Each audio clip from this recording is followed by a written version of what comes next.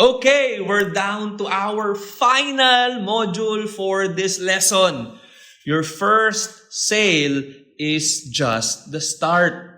Okay, remember, yung isang sale mo, ibig sabihin nun, kung ginawa mo itong ganitong activity, hindi ka lang nag-guess, di ba? Hindi ka lang nag-aantay ng circumstance, hindi ka lang nag-aantay ng swerte. It means that you have actually grown and developed habits that you can use and you can improve. So, ang gagawin mo pag may first sale ka? Una, i-celebrate mo. Manlibre ka. Hindi kailangan kaming ilibre mo. Okay?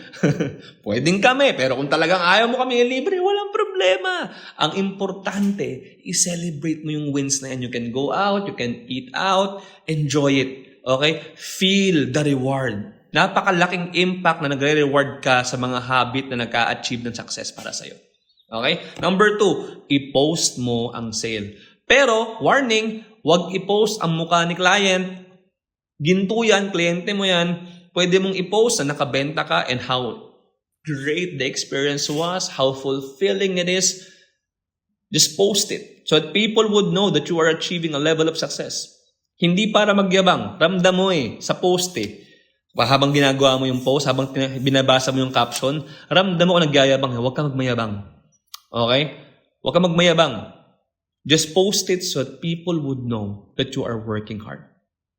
Because once they see you, and if they need a real estate transaction or they need a house, they need a property, guess who they will think of? You.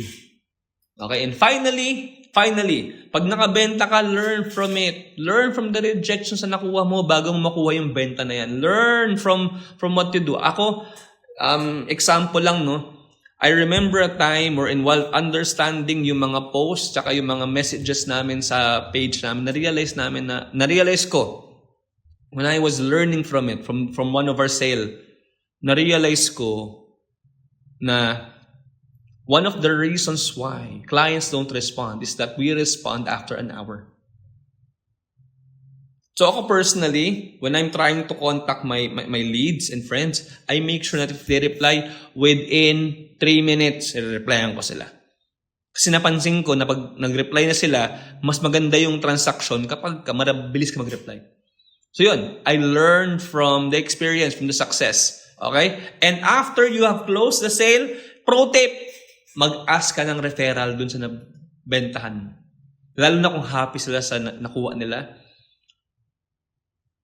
Ask for referrals. Isa pang tip, learn from your journey. Learn from it. There are things na wala sa training na to na pwede mong ma-learn. Remember, we are all made unique.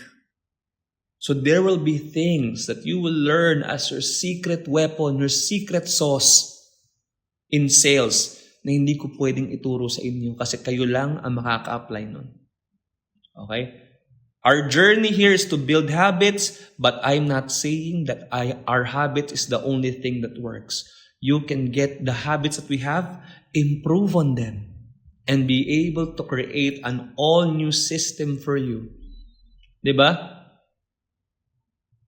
Create a new experience, a new capability for you that will help you land 10 sales more. Or more. Diba? Ang hope ko is you'll be able to achieve that level of success. Now, one day, we'll be able to enjoy the rewards of our hard work. Okay? So again, as we end, I'll go back, use your journal. And if you need to, balikan mo lang itong mga lessons dito for you to be able to relearn the things you need to learn. Build the habits. And once you're done with your 3 months, ang goal natin is in those 3 months na ginagamit yung journal na yan, you'll already be able to land the sale. Okay? And once you land the sale, talk to us again. Tapos bibigyan ka namin ng bago ulit na journal for free. Alright? So I hope that makes sense. And after this, another thing we have to do is to schedule a coaching session with either me or Marley. So once you're done with that, we'll meet regularly and we'll coach you and help you improve on your specific sales aspects. Diba? Ang goal namin is makabenta ka. Yun. Kasi kung makabenta ka, happy rin kami. So God bless you. See you on the next training. Bye-bye!